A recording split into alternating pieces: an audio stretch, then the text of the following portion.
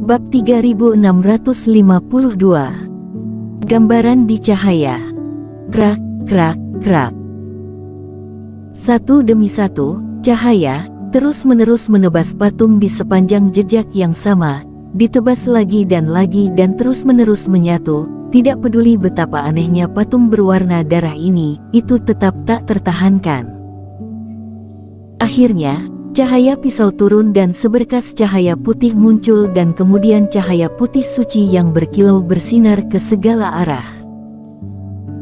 Pancaran cahaya seperti seberkas cahaya, menutupi seluruh tubuh Erikin dan memancar terus-menerus, menusuk iblis yang dekat dengan Erikin dan semua kabut darah yang bersentuhan dengannya. Tetapi pada saat yang sama, darah di dalam patung itu dipenuhi dengan kegilaan, terus-menerus menutupi cahaya ini, seolah-olah takut mengungkapkan cahaya ini kepada seluruh dunia. Melihat kekuatan cahaya pisau hampir habis, benda berwarna darah terus menghalangi dan sinar cahaya ini terus berkurang. Pada saat ini, mata Erikin menyipit.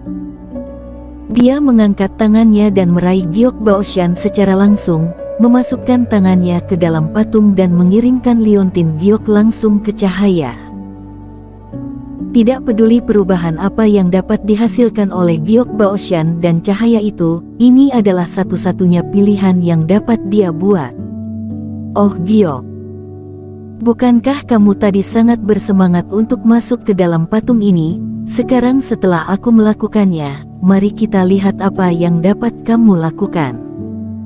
Wush. Liontin giok menembus warna darah dan terbang ke cahaya putih. Sinar cahaya suci itu tampaknya akhirnya lengkap dan kemudian cahaya terus membesar dan memancar keluar. Boom, boom, boom.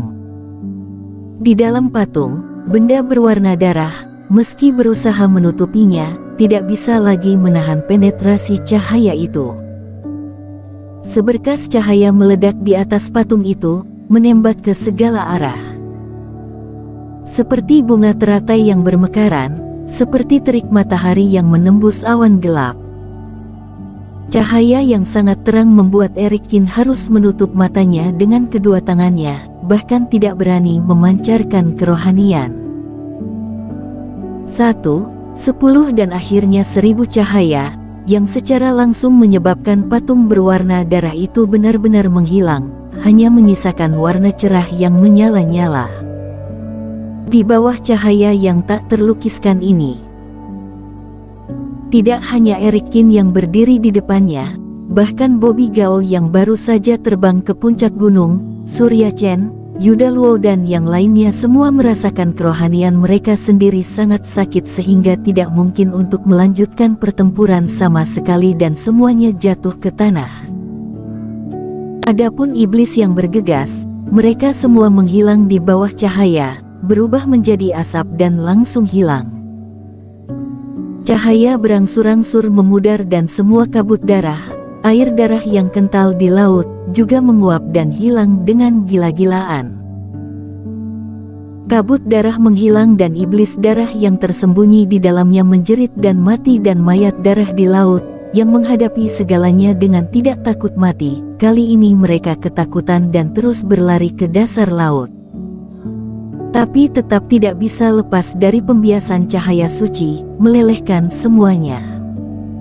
Bang! Pada saat ini, cahaya lembut meledak dari tengah patung, langsung menutupi Erikin. Erikin yang sedang menutup kerohaniannya erat-erat terhadap cahaya, hanya merasakan kekosongan di sekelilingnya bergoyang, tubuhnya tiba-tiba kehilangan berat badan dan kerohaniannya bergetar. Ketika kembali normal lagi, tanah tampak bergetar pada saat ini dan pada saat yang sama, jeritan iblis darah dan suara ombak lautan darah yang bergolak, semuanya menghilang. Erikin sedikit menghilangkan kerohaniannya dan secara tak terduga menemukan bahwa bahkan cahaya putih pun hilang. Dia menyebarkan kerohaniannya dan membuka matanya. Erikin mendapati dirinya berada di dunia yang tidak dikenalnya. Jiwa dewaku tiba-tiba masuk ke suatu tempat. Melihat ke bawah ke tangannya, Tubuhnya menjadi transparan seolah-olah dia telah menggunakan teknik 3 tubuh emas. Erikin segera mengerti beberapa hal. Seharusnya perubahan khusus dipicu oleh perpaduan giok baoshan dan cahaya putih. Tapi di mana tempat ini? Setelah melihat sekeliling, seharusnya gunung tandus, tanahnya kering dan banyak retak dan embusan angin dapat menerbangkan pasir sampai belasan meter, yang terlihat cukup tandus. Dan Erikin masih bingung sampai dia tiba-tiba mendengar suara isak tangis dari tempat di bawah dan di bagian belakang bukit. Dia sedang memikirkan bagaimana cara melewati ketika tubuhnya terikat, tetapi ketika pikirannya bergerak, Erikin muncul tepat di atas lereng bukit. Seketika pupil mata Erikin mengecil. Di lereng belakang ini terdapat puluhan makam, besar dan kecil, yang semuanya bertumpuk tidak rata, tapi semuanya masih baru.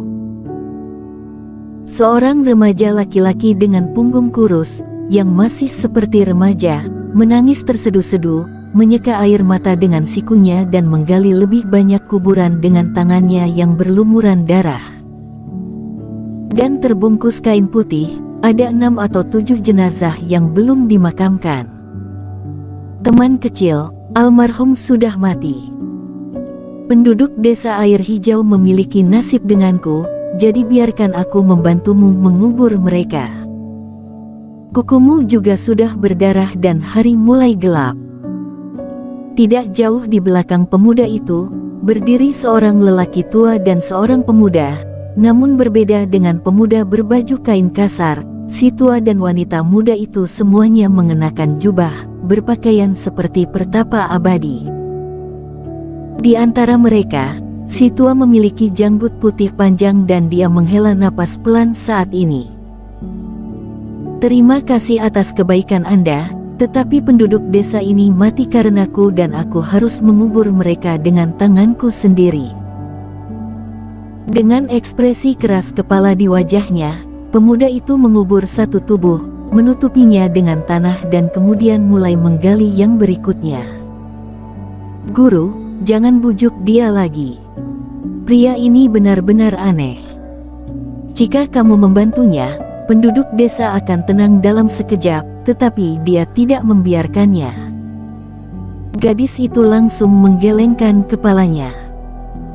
Setelah menggali selama 2 hari penuh tanpa makan, kurasa dia tidak bisa bertahan lama. Si tua menggelengkan kepalanya lagi. Setan jahat ada di mana-mana di dunia ini dan tidak ada kebenaran dan itu akan menjadi iblis. Hal-hal seperti membantai desa dan kota terjadi dari waktu ke waktu. Siapa yang bisa memprediksi di mana ketua iblis yang licik dan berbahaya akan muncul? Bagaimana kamu bisa menyalahkan anakmu yang berusia setengah tahun? Jika kamu benar-benar ingin membalasnya, kamu harus menjalani kehidupan yang baik daripada menyakiti dirimu sendiri. Tubuh bocah itu berhenti dan sebuah cahaya melintas di matanya. Apa yang dikatakan Tuan memang benar. Setelah aku menyelesaikan semua penduduk desa ini, aku akan pergi untuk membunuh iblis dan menyingkirkan iblis untuk membalas mereka. Si tua tertegun untuk sementara waktu, tetapi dia tidak menyangka bahwa bujukannya akan memiliki efek seperti itu. Kamu terlalu banyak berpikir. Gadis di sampingnya mendengus pelan.